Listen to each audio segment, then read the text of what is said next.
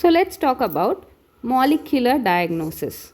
So you know that for effective treatment of disease, early diagnosis and understanding the pathophysiology is very important. Assume that a person was affected with cancer.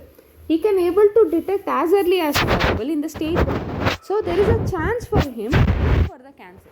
If the same cancer was detected in the stage 4 and stage 3, it would be very crucial and very lethal for the patient.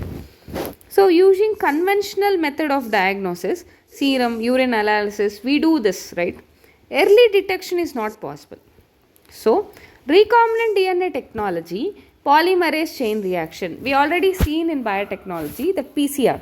In the PCR we have 3 steps: denaturation, annealing, and the next step is extension.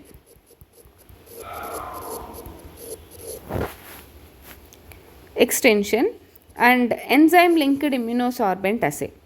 So ELISA, this you will get in AIDS, are some of the techniques that serve the purpose of early diagnosis.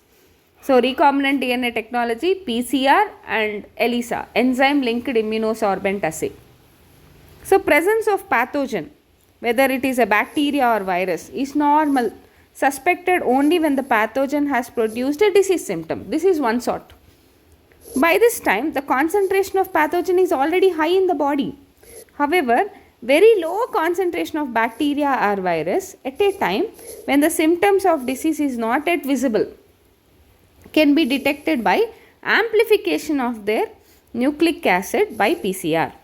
So can you explain how PCR can detect a very low amount of DNA? Yeah, it can able to multiply. It can able to give you 1 billion of copies nearly. That's how it can tell you whether the disease pathogen is present or not. PCR is now routinely used to detect HIV in suspected AIDS patient, right? It is being used to detect the mutations in genes in suspected cancer patients too. So it is powerful technique to identify many other genetic disorders. Single stranded DNA or RNA tagged with radioactive molecules, we call it as probe, is allowed to hybridize to its complementary DNA in a clone of cells.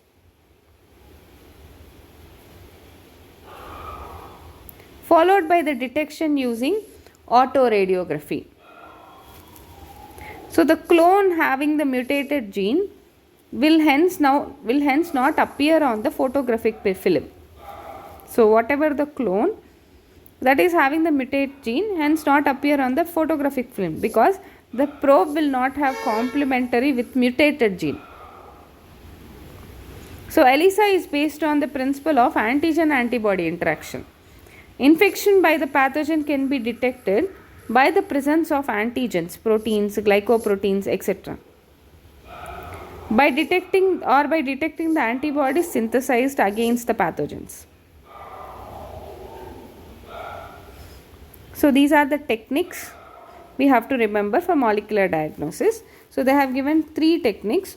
One is recombinant DNA, which is recombinant DNA technology, rDNA, PCR,